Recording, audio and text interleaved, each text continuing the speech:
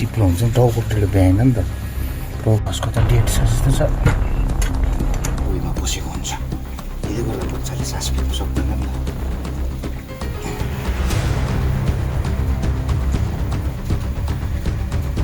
जतिसक्दो चाहिँ यसलाई यस्तो चिप्लो हुन्छ नि टाउकोपट्टिबाट भ्याएन नि त टाउकोपट्टिबाट भ्याएको भए चाहिँ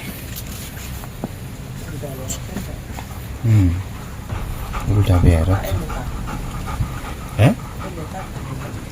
होइन हात खुट्टा पनि बिग्रिन्छ नि अलिकति कहिले हुन्छ त्यो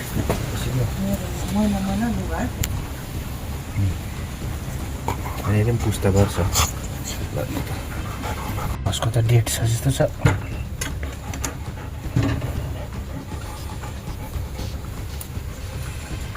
त्यतिखेर त यी हो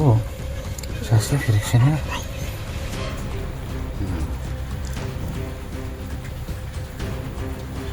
पुरा रब गर्नुपर्छ हो यसको अहिले यो जुन चाहिँ यो मुख छ नि मुखभित्र र यो नाकभित्र पुरा उयो बसेको हुन्छ नि त यति बेला चाहिँ तपाईँहरूले पनि के अरे चाहिँ बच्चा ठुलो पनि रहेछ त्यो भएर निस्किनु पनि साह्रै त हो यसरी पक्रेर चाहिँ यसरी यसो गर्नुपर्छ यो पानी छ नि पानी डल्लै निकाल्नुपर्छ यो नाक र उयोमा बसेको हुन्छ यसले गर्दा बच्चाले सास फेर्नु सक्दैन नि त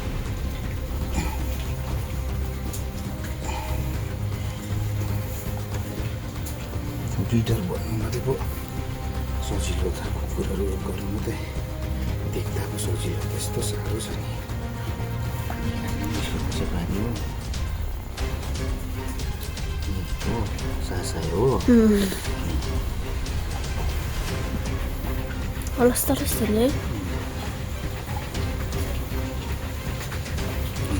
के त मरिसकेको बच्चा पनि फर्केन नि त यहाँनिर त हो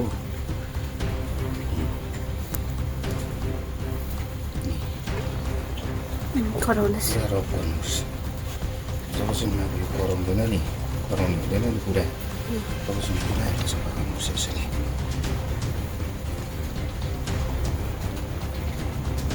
जतिसक्दो चाहिँ यसलाई यस्तो राखेर चाहिँ माथिबाट सफा गर्नुहोस् त्यो चाहिँ के भयो भने बच्चा ठुलो भएर क्या हो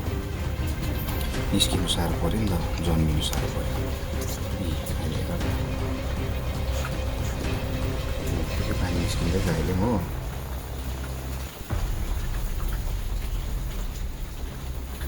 बिस्तारै एउटा सास फेर्छ हार्टबिट मेरो हातमै थाहा पाउँदैछ यसको पुरा रब गर्नुपर्छ यसरी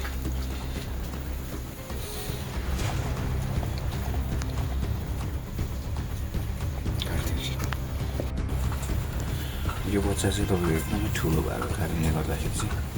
अड्किएर माउलाई पनि ब्याउनु साह्रो परेको थियो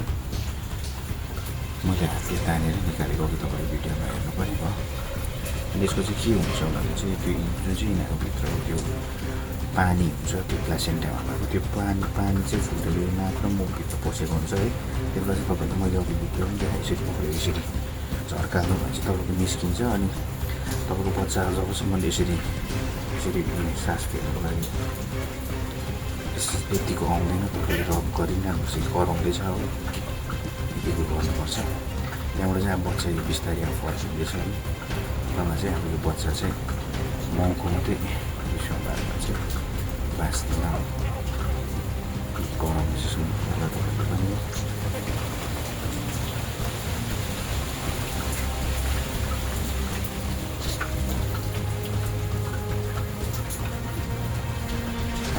फर्केको जस्तो छ तबसम्म अब यो पुरा कराउँदैन त्यति बेलासम्म तपाईँले यसरी पुरा रब गर्नुहोस् किनकि रब गऱ्यो भने चाहिँ यसको भित्रतिर सास डोरीमा अल्झेको त्यो पानीहरू पनि सबै निस्किन्छ है यो सुक्खा पनि हुन्छ यी कराउनु थाल्यो तपाईँले अब एकछिनमा यो ठिक भएर चाहिँ म आमाको दुधमा लगाइदिन्छु यसलाई